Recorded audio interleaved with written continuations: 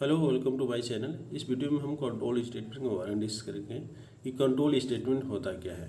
तो बेसिकली हम जानते हैं कि प्रोग्राम जो होता है सीक्वेंसली एग्जीक्यूट होता है, यानी टॉप से बॉटम तक। लेकिन हम चाहते हैं कि प्रोग्राम का कुछ पार्ट या कोई स्टेटमेंट मल्टीपल टाइम्स एग्जीक्यूट करना चाहते हैं, तो उसके लिए कंट्रोल स्टेटमेंट का यूज करते हैं। तो control statement help with the control the flow of the program, यानी प्रोग्राम को यदि हम कंट्रोल करना चाहते हैं, प्रोग्राम के फ्लो को कंट्रोल करना चाहते हैं, तो कंट्रोल स्टेटमेंट का यूज करते हैं। अब ये कंट्रोल स्टेटमेंट चार टाइप का होता है। पहला होता है कंडीशनल या सिलेक्शन शो करते हैं। इसके अंदर if else, next if else के बारे में डिस्कस करेंगे हम। और दूसरा जो होता है इटरेशन या लूपिंग, यानी कहने मतलब कोई स्टेटमेंट को बार बार हम एग्जीक्यूट कराना चाहते हैं, तो उसके लिए हम लूप का यूज़ करते हैं, इटरेशन का यूज़ करते हैं। इसके अंदर हम वाइल, डू वाइल और फॉर लूप के बारे में डिस्कस करते हैं। तीसरे में आता है जंप स्टेट। जंप के नाम से पता चल रहा है कि जंप कराना है, एक प्लेस से दूसरे स्थान तक जंप कराना है। इसमें हम ब्रेक और कंटिन्यू स्टेटमेंट का यूज़ करते हैं। चौथा है स्विच स्टेटमेंट। स्विच स्टेटमेंट मतलब जहाँ मल्टीपल चॉइस हो या कंडीशन हो, उसके लिए स्विच स्टेटमेंट का यूज करते हैं। अब आके डिस्कस करते हैं कंडीशनल है या सिलेक्शन स्टेटमेंट। कंडीशनल स्टेटमेंट के अंदर एक कोई कंडीशन होता है, उस कंडीशन को चेक करते हैं। यदि कंडीशन वो ट्रू रहा तो स्टेटमेंट को एग्जीक्यूट करेगा, नहीं तो वो सेकेंड स्टेटमेंट को एग्जीक्यूट करेगा। तो लिखा है control statement will select the block of the statement that will execute the based on the condition. या कोई ब्लॉक को या कोई स्टेटमेंट के ब्लॉक को क्या करते हैं, सिलेक्ट करते हैं, उसको चेक करते हैं। यदि वो ट्रू है तो स्टेटमेंट को एग्जीक्यूट करेगा, नहीं तो अदर स्टेटमेंट को एग्जीक्यूट करेगा।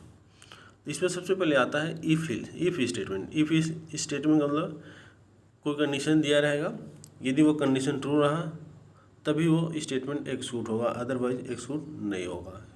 तो इफ में केवल एक ही कंडीशन होता है, यदि वो ट्रू रहेगा तभी स्टेटमेंट को एग्जीक्यूट कर पाएगा, अदरवाइज स्टेटमेंट फॉल्स के कंडीशन में वो स्टेटमेंट को एग्जीक्यूट नहीं कर पाएगा। तो इफ के अंदर यही होता है।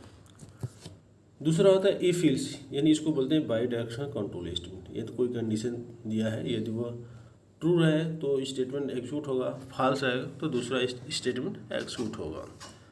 तो इफ एल्स का मतलब ये होता है, इसमें दिया है इफ और कंडीशन दिया है, यदि कंडीशन ट्रू रहा तो पहला स्टेटमेंट एग्जीक्यूट होगा, अदरवाइज दूसरा स्टेटमेंट एग्जीक्यूट होगा। तो इसमें इसी को बोलते हैं by directional control statement. True के कंडीशन में दूसरा पहला और फॉल्स के कंडीशन में दूसरा स्टेटमेंट को एग्जीक्यूट करता है। अब नेक्स्ट जो स्टेटमेंट की बात कर रहा हूँ तो वो होता है नेस्टेड इफ एल्स, यानी कंडीशन के अंदर कंडीशन। इफ के अंदर भी कंडीशन होगा और इल्स के अंदर भी कंडीशन होगा, तो उसके लिए हम नेस्टेड इफ पढ़ते हैं। तो इसमें कंडीशन दिया है, यदि इफ ट्रू रहा फिर वो चेक करेगा इफ के अंदर फिर कंडीशन दिया, यदि ये ट्रू होगा तब जाके वो प्रिंट होगा। इसके अंदर भी इसका यदि मान लो कंडीशन फॉल्स हो गया तो वो दूसरे स्टेटमेंट को एग्जीक्यूट करेगा। अब जब यह ट्रू रहा, ये जो कंडीशन ट्रू रहा तो फिर अंदर जाएगा, वहाँ भी कंडीशन है, उस कंडीशन को चेक करेगा। अगर ये फॉल्स हो गया तो फिर इल्स के पार्ट में जाएगा। इल्स के पार्ट में जाएगा तो जाने का मतलब वहाँ भी कंडीशन दिया है कि भाई ऐसा होगा तो ऐसा होगा। तो नेस्टेड इफ का मतलब है कि कंडीशन के अंदर कंडीशन है, इफ के अंदर भी कंडीशन होगा और इल्स के अंदर भी कंडीशन होगा। इसको बोलते हैं नेस्टेड इफ इल्स, यदि इफ के अंदर भी कंडीशन होगा और इल्स के अंदर भी इफ इल्स कंडीशन होगा। तो इनका हम एक एक एग्जाम्पल करके आपको दिखा देते हैं और एग्जीक्यूट करके प्रोग्राम को एग्जीक्यूट करके दिखा देते हैं कि कैसे इस प्रोग्राम के अंदर इसका यूज होगा। तो ये रहा कंडीशनल स्टेटमेंट, या इसको बोलते हैं सिलेक्शन स्टेटमेंट। इसके अंदर हम तीन स्टेटमेंट को डिस्कस करेंगे, if statement, if else statement और नेक्स्ट इफ एल्स। अब आते हैं इसको इम्प्लीमेंट करते हैं प्रोग्राम के थ्रू इसमें हम एक कोई वेरिएबल लेते हैं और पहला जो है इफ़ स्टेटमेंट, इसके अंदर एक वेरिएबल मैं लेता हूँ और उस ए नाम का वेरिएबल लेता हूँ, उसमें कोई वैल्यू असाइन कर देता हूँ और चेक करता हूँ कि ए का जो वैल्यू है लेस दैन, ग्रेटर देन है, इक्वल है, या जो भी कुछ भी ले सकते हैं। यदि वो कंडीशन ट्रू रहा तो स्टेटमेंट को एग्जीक्यूट करेगा, अदरवाइज स्टेटमेंट एग्जीक्यूट नहीं होगा, क्योंकि एक ही डायरेक्शन है। ये ट्रू रहेगा तभी प्रिंट होगा, फॉल्स कंडीशन में स्टेटमेंट को प्रिंट नहीं करेगा। तो मैं ए का वैल्यू 15 दिया हूँ और मैं कंडीशन लगा हूँ कि यदि 20 से छोटा है तभी ये स्टेटमेंट को प्रिंट करेगा, अदरवाइज यदि मैं 20 से बड़ा कर देता हूँ तो स्टेटमेंट एग्जीक्यूट नहीं होगा। और यहाँ पर मैसेज पास कर दिया द वैल्यू ऑफ ए, और ए के वैल्यू को भी हमने पास कर दिया।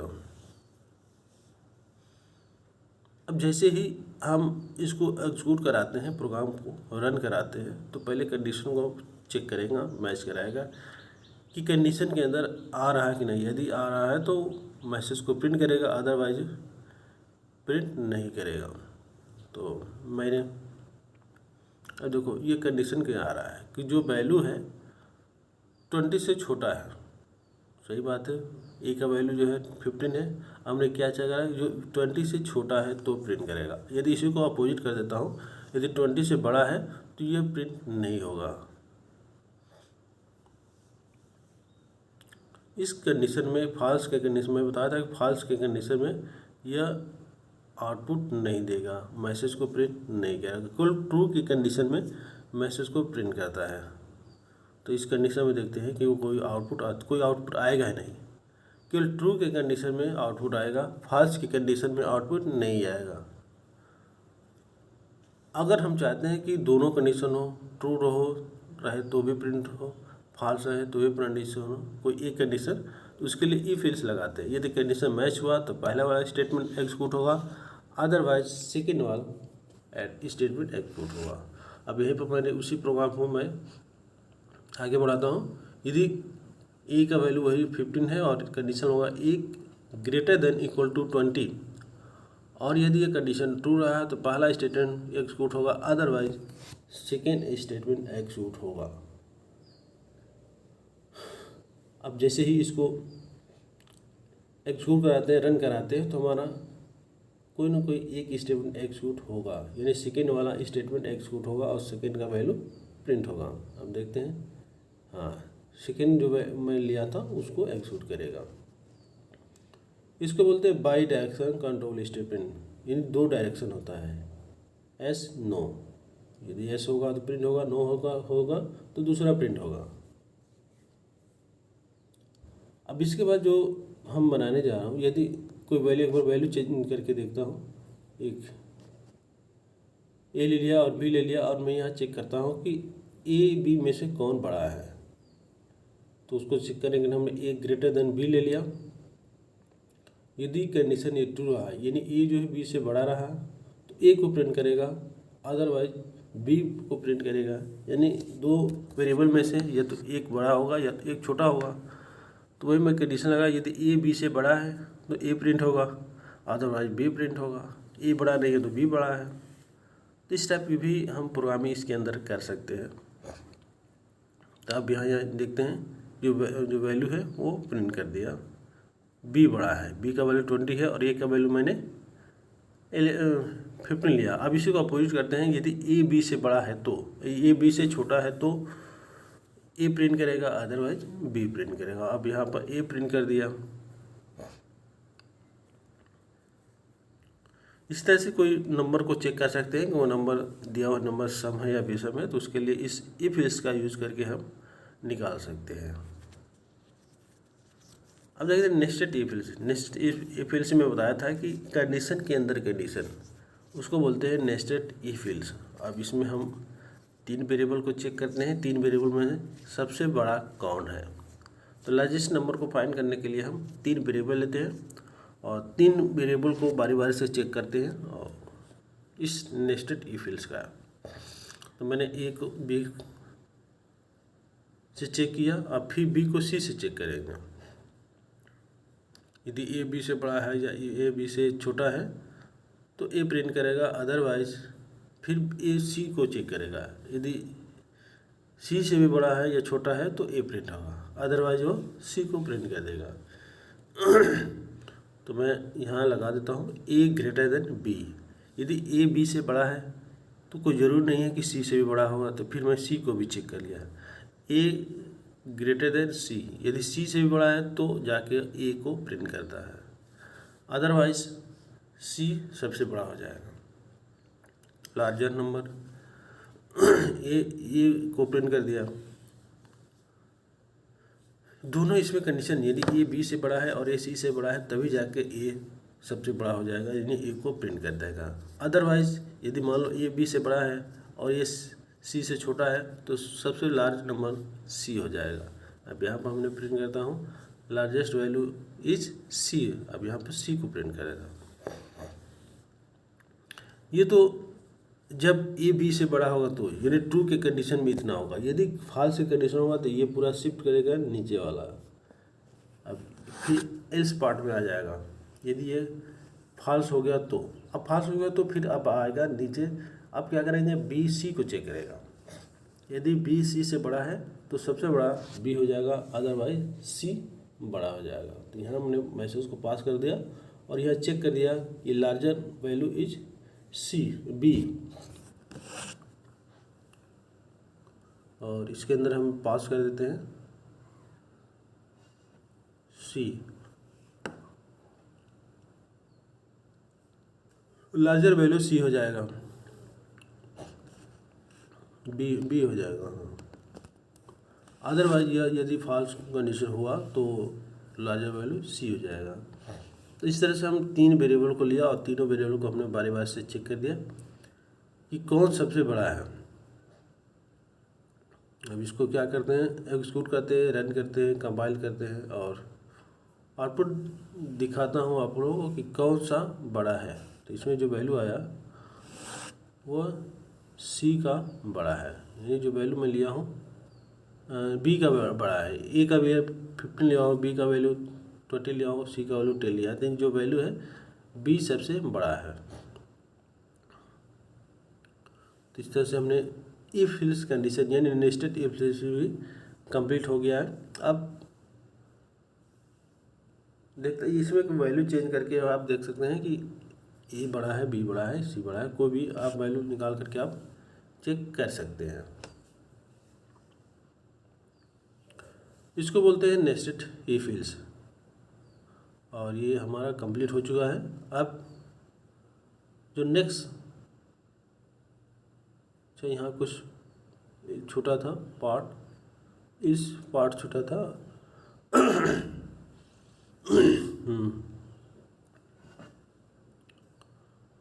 अब इसको आउटपुट करते हैं। हाँ, अब वैल्यू आ गया, यानी बी जो है सबसे बड़ा हो गया। कुछ एरर था, एरर अब दूर हो गया। अब कंप्लीट हो गया। अब देखते हैं वैल्यू चेंज करके देखते हैं। अब सी को यदि सी के अंदर 30 दे दिया तो अब जो है प्रिंट करेगा लार्जर वैल्यू के अंदर सी प्रिंट हो जाएगा। तो जैसे इसको एक्सक्यूट कराते हैं तो लार्जर वैल्यू यहाँ सी को प्रिंट कर देता है।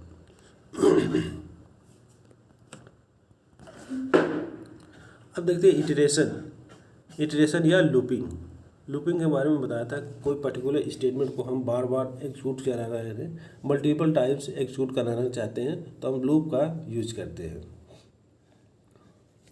अब लूप प्रोग्राम सी के अंदर 3 टाइप का होता है। पहला वाला while loop, do while loop और फॉर लूप। ये जो है लूप प्रोग्राम सी के अंदर यूज होता है। मैं फिर से बता रहा हूँ कि लूप का यूज हम चाहते हैं कोई स्टेटमेंट बार बार एग्जीक्यूट कराना चाहते हैं या मल्टीपल टाइम्स एग्जीक्यूट कराना चाहते हैं तो वहाँ पर हम लूप का यूज करते हैं। और प्रोग्रामिंग सी के अंदर लूप 3 टाइप का होता है, 3 टाइप का होता है। पहला होता है वाइल लूप, दूसरा होता है डू वाइल लूप और तीसरा होता है फॉर लूप। वाइल लूप का मतलब सबसे पहले इसमें क्या करता है, कंडीशन को चेक करता है। यदि कंडीशन ट्रू रहेगा तभी स्टेटमेंट को एग्जीक्यूट करेगा, अदरवाइज वो लूप टर्मिनेट हो जाएगा। फॉल्स के कंडीशन में लूप हमारा टर्मिनेट हो जाएगा। उसके बाद एक वैल्यू को अपडेट करेगा, फिर लूप में क्या अंदर आएगा, जब तक लूप कंडीशन ट्रू रहेगा तब तक लूप चलता रहेगा। जहाँ लूप टर्मिनेट हो जाएगी, कंडीशन फॉल्स होगा, वहाँ पर लूप टर्मिनेट हो जाएगा। तो ये कंडीशन पर डिपेंड करता है कि कंडीशन ट्रू है तो लूप चलता रहेगा, अदरवाइज वो टर्मिनेट हो जाएगा। अब एक छोटा सा एग्जांपल देखते हैं लूप, वाइल लूप के थ्रू। एक वेरिएबल लेते हैं और उस वैल्यू में असाइन कर दिया।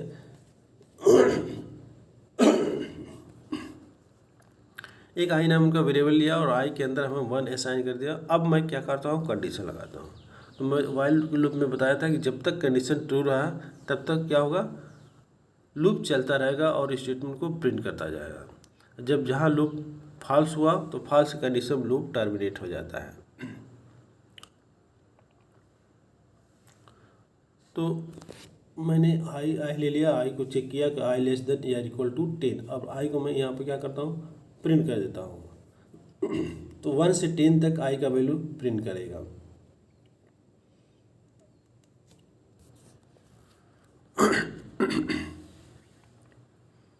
और आई को अपडेट करता हूँ और एक वैल्यू क्या होता है, बढ़ता जाएगा और लूप कंडीशन को चेक करता जाएगा।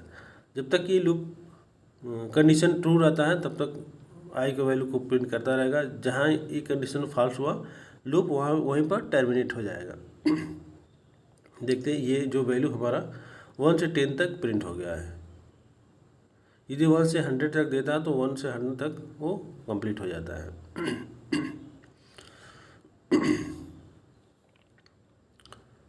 इसके बाद इसको रिवर्स में भी प्रिंट कर सकते हैं। यानी अब क्या करें, रिवर्स, यानी जो मैं प्रिंट किया हूँ 1 से 10 तक टेबल काउंटिंग प्रिंट किया हूँ। अब कोई टेबल, किसी टेबल का भी प्रिंट करना हो तो हमें क्या करना है, जहाँ प्रिंटअप लिखा हो वहाँ पर आई में मल्टीप्लाई करते हैं। जिसका टेबल हमें प्रिंट करना उसको आई में मल्टीप्लाई करते हैं। सपोज करो मैंने 5 का टेबल प्रिंट करना है तो आई जहाँ प्रिंट किया हूँ वहीं पर आई से मल्टीप्लाई कर। अब हमें क्या करना है कि जो हमें काउंटिंग प्रिंट करना है वो भी रिवर्स के अंदर, यानी हम 50 से 1 तक टेबल काउंटिंग को प्रिंट करने के लिए रिवर्स का यूज़ करते हैं। तो रिवर्स के लिए हम वही आई इक्वल टू ले लेते हैं 50 और उसमें वैल्यू डाल देते हैं। और आई ग्रेटर देन इक्वल टू 0, 0 से बड़ा है तो हमारा 50 से 1 तक लूप प्रिंट होता जाएगा। अब देखते हैं हम इटरेशन के अंदर हम डू वाइल लूप, अभी तो मैं वाइल लूप के बारे में डिस्कस कर रहा था, अब हम देख रहे हैं डू वाइल के लूप। डू वाइल का मतलब सबसे पहले इसमें स्टेटमेंट को एग्जीक्यूट करता है, प्रिंट करता है, चाहे कंडीशन ट्रू हो या फॉल्स हो। ये कंडीशन से नहीं बोलता है, कम से कम एक बार जो है स्टेटमेंट को प्रिंट करेगा, कंडीशन हमारा ट्रू हो या फॉल्स हो। लेकिन वाइल में क्या आता है, सबसे पहले कंडीशन चेक करेगा, यदि कंडीशन ट्रू रहेगा तभी प्रिंट होगा, अदरवाइज वो प्रिंट नहीं करेगा। लेकिन वाइल क्या करता है कि सब डू मतलब पहले करो, उसके बाद कंडीशन चेक करो। तो वो क्या करता है कि सबसे पहले एक स्टेटमेंट को प्रिंट कर लेता है, तब जाके कंडीशन को चेक करता है। तो हम डू वाइल का एग्जांपल देख लेते हैं और वहाँ पर हम इस स्टेटमेंट को प्रिंट कराते हैं। तो यहाँ सबसे पहले क्या लिखते हैं, आई के वैल्यू इनिशियलाइज करते हैं और आई के बाद डू का यूज़ करते हैं।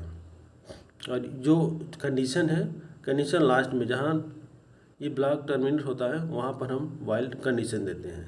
और यहाँ पर मैं डू ले लिया और इसका मतलब कि डू मतलब पहले करो, पहले स्टेटमेंट को प्रिंट करेगा, यानी कंडीशन हमारा ट्रू हो या फॉल्स हो, पहले स्टेटमेंट को एक्सिक्यूट करता है, तब जाके कंडीशन को चेक करता है। अब कुछ एरर लग रहा है, मैं वीडियो देखता हूँ है क्या चीज़, बाकी सब तो सही है।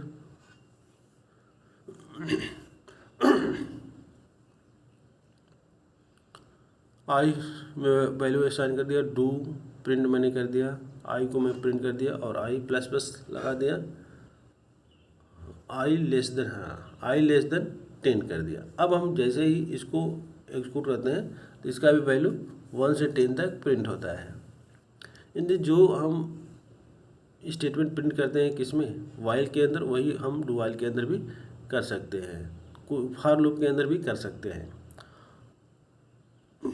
तो दोनों लूप से या तीनों लूप से हम कर सकते हैं, कोई दिक्कत। यदि इसके अंदर भी मैं 6 का टेबल प्रिंट करना चाहता हूँ तो आई में हमें 6 का मल्टीप्लाई कर दिया तो 6 का टेबल प्रिंट हो जाएगा। ऐसे ही तीनों लूप से हम प्रिंट कर सकते हैं। अब आज लास्ट में आते हैं फॉर लूप। फॉर लूप का मतलब इसके अंदर 3 एक्सप्रेशन एक ही साथ यूज किया जाता है। जैसे पहला इनिशियलाइज करना, कंडीशन लगाना और अपडेशन करना, ये एक ही लाइन में लिख जाता है, इसलिए अक्सर ज़्यादातर ये फॉर लूप का यूज किया जाता है। और जो वाइल लूप की बात करूँ तो वाइल लूप में पहले इनिशियलाइज होता है, कंडीशन चेक करता है, उसके बाद अपडेट होता है।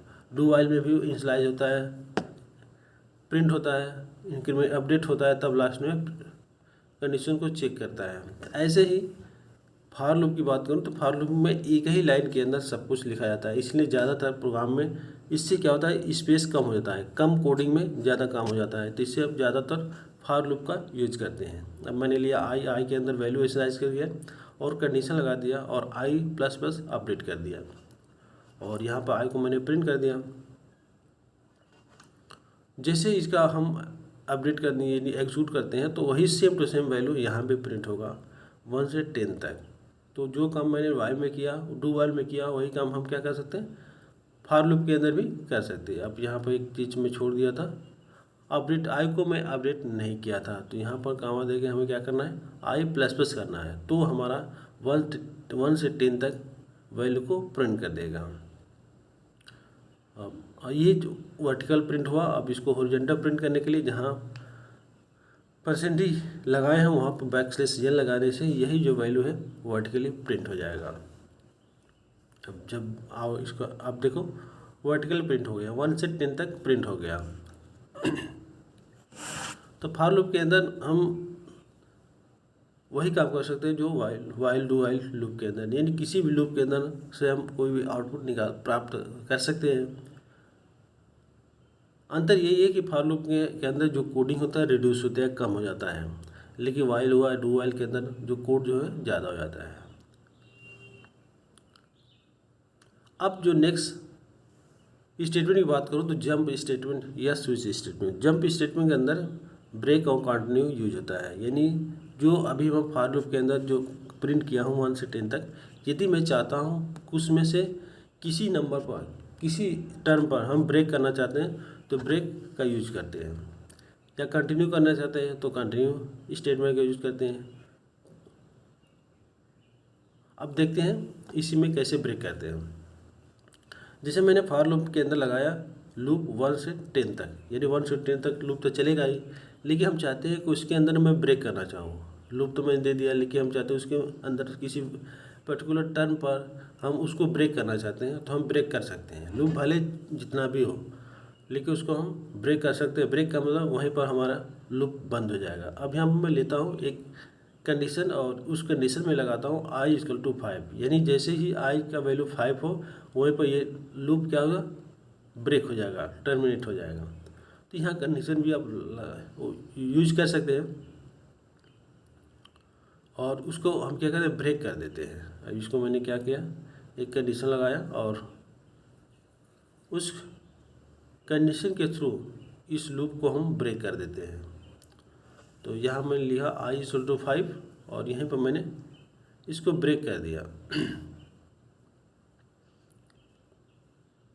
जो प्रिंट होने वाला था वहीं पर हमने क्या कर दिया, उसको ब्रेक कर दिया। तो अभी ये कंप्लीट नहीं हुआ, यहाँ पर हमें ब्रेक करना है। अभी आउटपुट नहीं आया, हाँ ब्रेक कर दे, यहाँ पर मैं ब्रेक कर देता हूँ।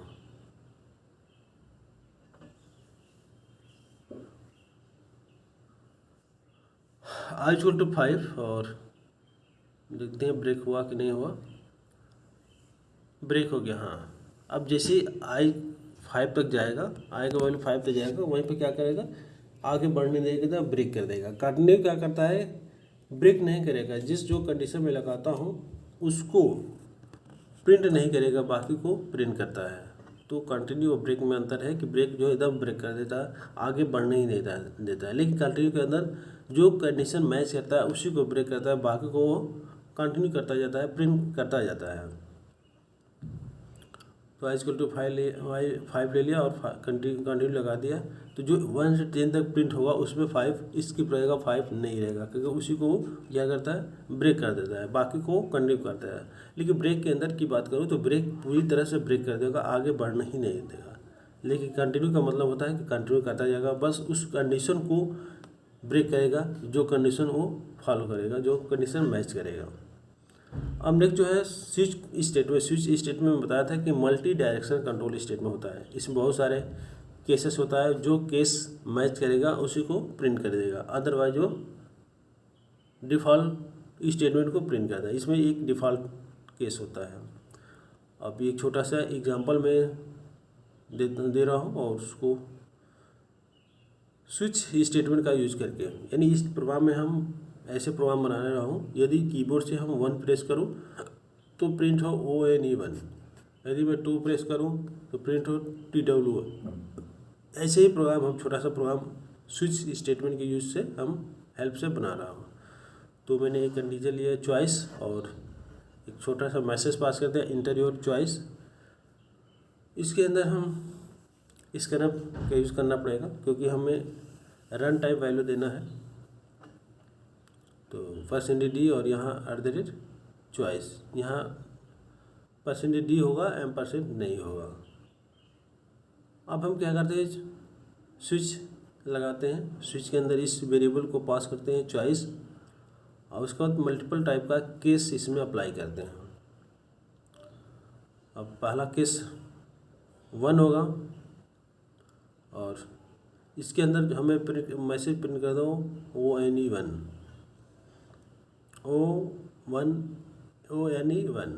जैसे मैं 1 प्रेस करता हूँ तो हमारा ONE1 आउटपुट प्राप्त होगा। और उसके बाद इस लाइन को क्या करते हैं, ब्रेक कर देते हैं। तो 5 केस में लेता हूँ 1 से 5 तक, और जो लास्ट वाला जो स्टेटमेंट होगा उसको वहाँ पर डिफ़ॉल्ट लगा देते हैं।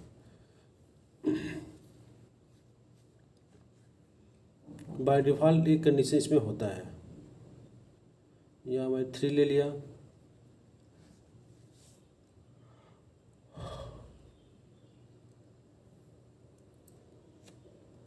और यहाँ पर मैं 4 ले लिया। 4 को जैसे कीबोर्ड से 4 प्रेस करेंगे तो आउटपुट आएगा FOUR4। 3 को प्रेस करता हूँ तो जो आउटपुट आएगा THREE 3, ऐसे प्रिंट होगा। तो ऐसे प्रोग्राम हम इस स्विच केस के हेल्प से हम बना सकते हैं। अब इसको मैं एक डिफ़ॉल्ट लेता हूँ, यदि इन कंडीशन में से कोई मैच नहीं होगा तो ये डिफ़ॉल्ट केस मैच हो जाएगा, इसको प्रिंट कर देगा। डिफ़ॉल्ट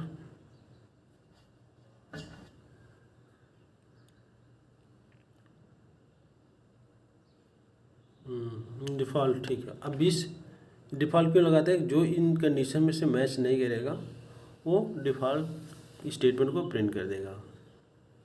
तो इसमें लिख देता हूँ रॉन्ग चॉइस, यानी इसमें से कोई मैच नहीं हुआ। यदि कुछ भी हम डालते हैं, 6 डालते हैं या 6 से ऊपर डालते हैं तो उसको रॉन्ग चॉइस में बताया, क्योंकि मैंने केस जो बनाया हूँ 1 से 5 तक भी बनाया हूँ।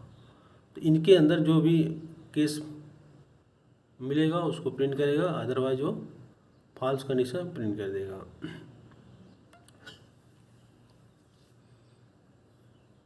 तो अभी जो दिखा रहा है रॉन्ग चॉइस, यानी अभी इस केस को मैच नहीं कर रहा है।